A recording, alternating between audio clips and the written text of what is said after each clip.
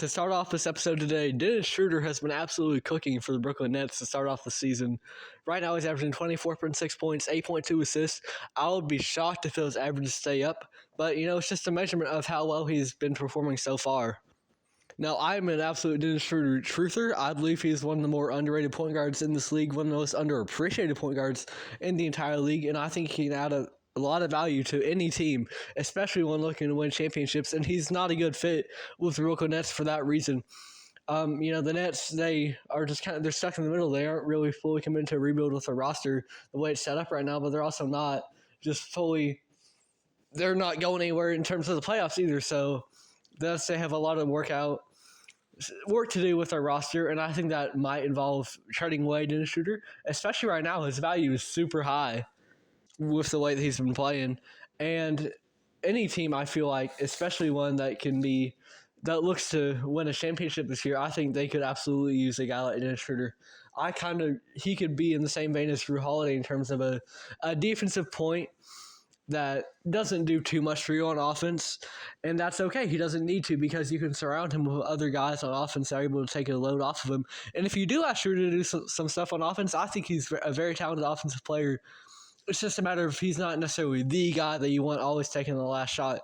And that's okay. He doesn't need to be. I think he's one of the best perimeter defenders in the league at the point guard position, especially for his size at just 6'1". He's a really quick player. Uses that speed to his advantage. Absolutely. He's real shifty. He's a great floor raiser. He doesn't really have many weaknesses either in terms of, his defense is good despite his 6'1" frame.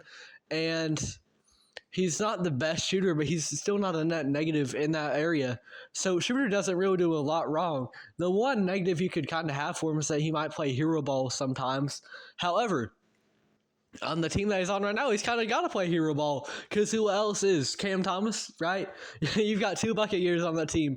One of them's going to be playing a little bit of hero ball. So I think that if Schroder went to an environment where he didn't always have to be the guy that's putting up 25 and 8 right now, if he didn't have to do that, then I think the general consensus on him would be that he's not necessarily this guy that's going to play hero ball, that he can be more of a winning player, because I think he absolutely can be. He has no proper weaknesses. He's at minimum a floor raiser. I think he can absolutely raise your ceiling as well, though.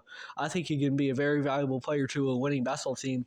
It's a shame he's on the Nets right now. He's getting to cook. He's putting up the production all right. But in terms of actually contributing and impacting the game, I don't think he's best suited as a Brooklyn Net. And overall for the Brooklyn Nets, it's just a sign that they do need to fully commit to a rebuild. And Dennis Schroder is not the guy to really have during that rebuild. I think he could go somewhere and be a valuable piece on a championship team. No doubt in my mind about that. He's a great player and has been off to a tear to start off the season.